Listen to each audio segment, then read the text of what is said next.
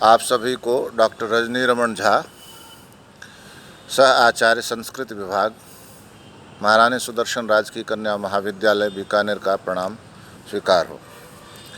हमने वैदिक सूक्त कुसुमांजलि में इंद्र सूक्त प्रारंभ किया है।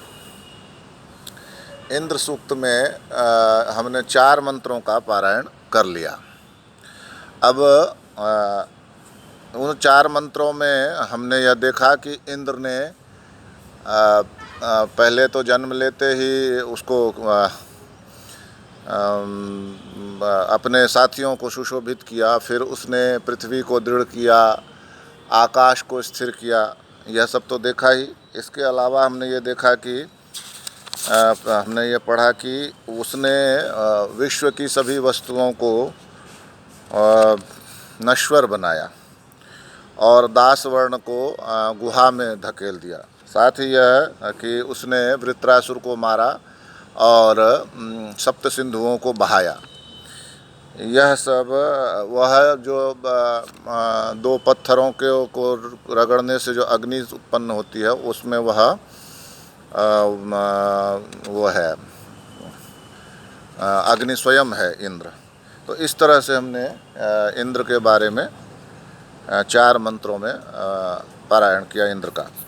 अब हम 5वें मंत्र पर चलते हैं। यं स्मा पृच्छन्ति कुहसेति घोरमुते माहुर्नैषो अस्तित्येनं सो अर्यः पुष्टिर्विज इवामिनाति श्रददस्मै धत्त स जनास इन्द्रः।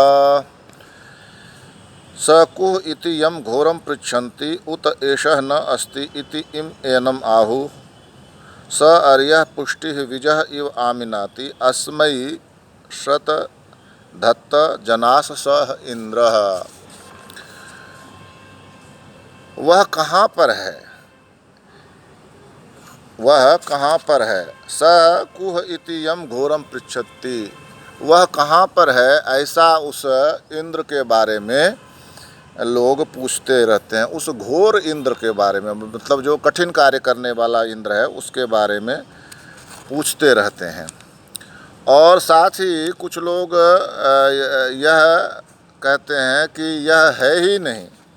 उत एषः न अस्ति इति इम एनम आहु। यह इंद्र है ही नहीं। कुछ लोग तो कहते हैं वह इंद्र कहाँ है, वह घोर इंद्र कहाँ है, और कुछ लोग कहते हैं यह इंद्र है ही नहीं।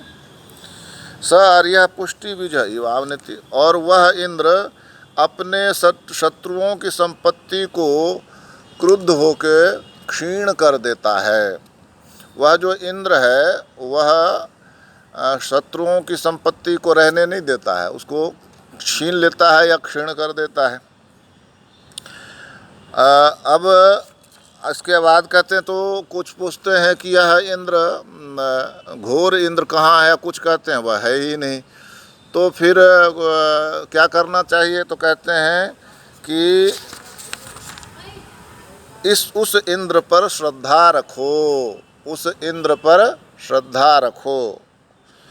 हे जनों, हे लोगों, वह इंद्र है। यानी क्या कहा कि उस इंद्र पर श्रद्धा रखो, उस इंद्र पर विश्वास रखो। वह इंद्र है और जो बातें बताई गई हैं उस इंद्र के बारे में, वह इंद्र वैसा करता है। तो इसलिए हे लोगों, वह इंद्र है, उस पर श्रद्धा रखो। आगे कहते हैं, यो रध्रस्य चोदिता यह कृशश्च यो ब्रह्मणो नाधमानस्य कीरे युक्त ग्रावणो यो अविता सुशिप्रः सुत सोमस्य स जनास इंद्रः। क्या कहते हैं? यह रध्रस्य यह कृशस्य यह ब्राह्मणः नाधमानस्य कीरेः चोदिता सुशिप्रः यह युक्त ग्रावणः सुत सोमस्य अविता जनासः सह इंद्रः।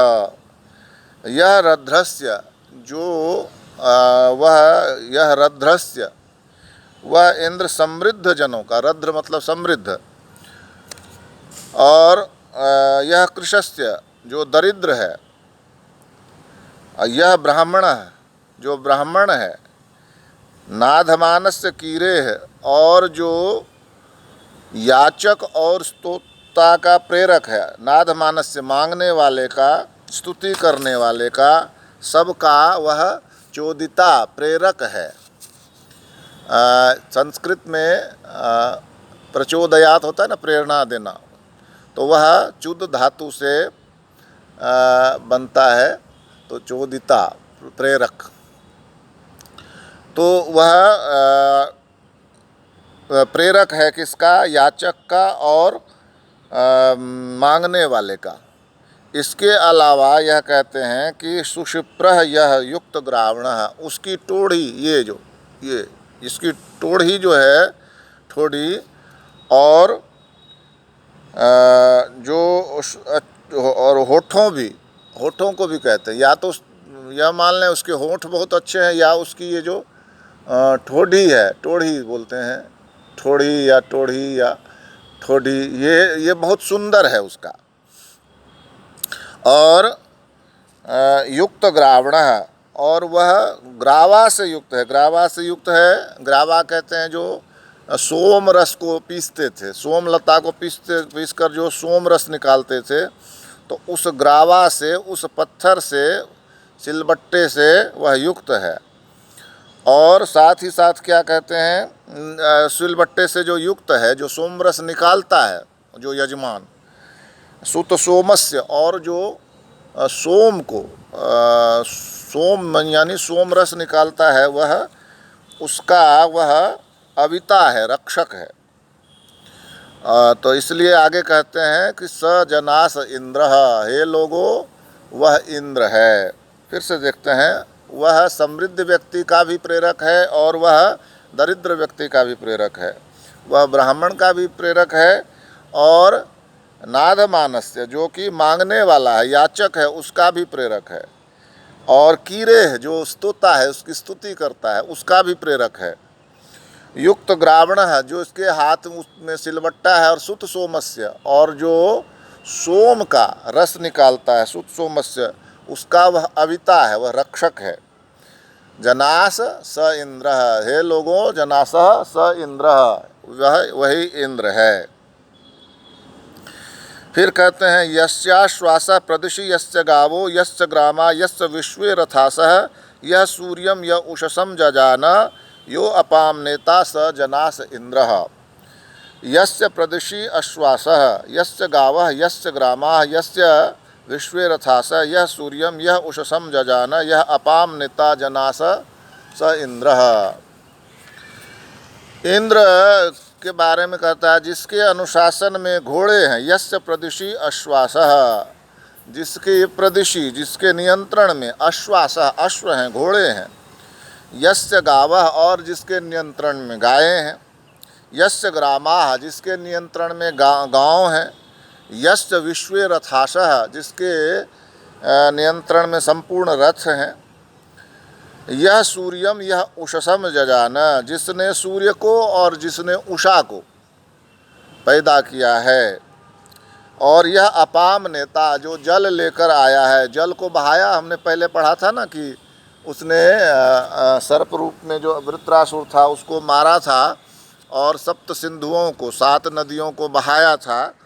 तो वह जलों का नेता, लाने वाला, प्रवर्तक, वह इंद्र ही है। जनासः, हे लोगों, स इंद्र, वह इंद्र है। फिर आगे कहते हैं, य क्रंदसी संयति विह्वयेते परेवर उभया मित्रा समानम चिद्रथ मातस्थि वांसा नाना हवेते स जनास इंद्रः। यम संयति क्रंदसी विह्वयेते, जिस इंद्र को परस्पर संघर्ष करती हुई, क्रंदसी शोर मचाती हुई, विह्वयेते दोनों सेनाएं बुलाती हैं। ध्यान करने वाली बात है। यम संयति, जिस इंद्र को, संयति संघर्ष करती हुई, द्विवचन है, जैसे मतिः मति द्विवचन हो जाता है। तो यम संयति क्रंदसी, शोर करती हुई सेनाएं, विह्वयेते बुलाती हैं, यानी दोनों तरफ की सेना इंद्र को अपनी ओर बुलाती है, क्योंकि इंद्र महान योद्धा है, जिसकी तरफ आ जाएगा उसकी विजय सुनिश्चित हो जाएगी। तो परे अवरे उभया अमित्राः, जो उत्कृष्ट परे और अवरे निकृष्ट, उभया ये दोनों ही जो अमित्रा शत्रु हैं, ये दोनों ही इंद्र का आह्वान करते हैं। जो श्रेष्ठ है वो भी इंद्र का आह्वान करते हैं और जो निकृष्ट हैं वे भी इंद्र का आह्वान करते हैं। उभया अमित्रा, दोनों ही जो शत्रु हैं वे।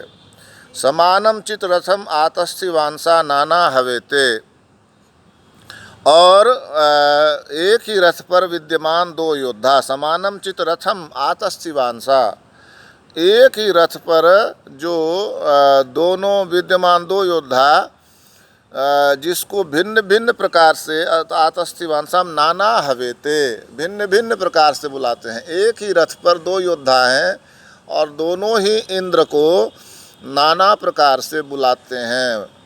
तो हे इंद्र, हे लोगों वह इंद्र है। हे लोगों वह कौन है? वह इंद्र है। यह कौन कह रहा है? ऋषि कह रहे हैं, गृत्समद ऋषि, कि वह जो इंद्र है उसको दोनों सेनाएं बुलाती हैं। जो आमने सामने सेना है, दोनों ही इंद्र का आह्वान करते हैं। दूसरी बात क्या कही कि वह जो इंद्र है उसके चाहे श्रेष्ठ हो चाहे निकृष्ट हो, दोनों प्रकार के जो शत्रु हैं वो उसको बुलाते हैं। और इतना ही नहीं, एक रथ पर बैठे हुए दो योद्धा भी इंद्र को बुलाते हैं। हे लोगों वह इंद्र है। यस्मान ऋते विजयन्ते जनासो यम युध्यमाना अवसे हवन्ते यो विश्वस्य प्रतिमानं बभूव यो अच्युतच्युत स जनास इंद्रः। इसमें कहा जनास यस्मात् ऋते न विजयन्ते यम युध्यमाना अवसे हवन्ते यह विश्वस्य प्रतिमानं बभूव स अच्युतच्युत जनास स इंद्रः। क्या कहा कि लोग जिसके बिना विजय नहीं पाते हैं, जिसके बिना विजय नहीं पाते हैं, यानी जीत नहीं हो सकती जिसके बिना, और जिसको युद्ध करते हुए लोग अपनी रक्षा के लिए पुकारते हैं। जनास यस्मात् ऋते न विजयन्ते यम युध्यमाना अवसे हवन्ते, जिसको युद्ध करते हुए लोग अवसे अपनी रक्षा के लिए पुकारते हैं।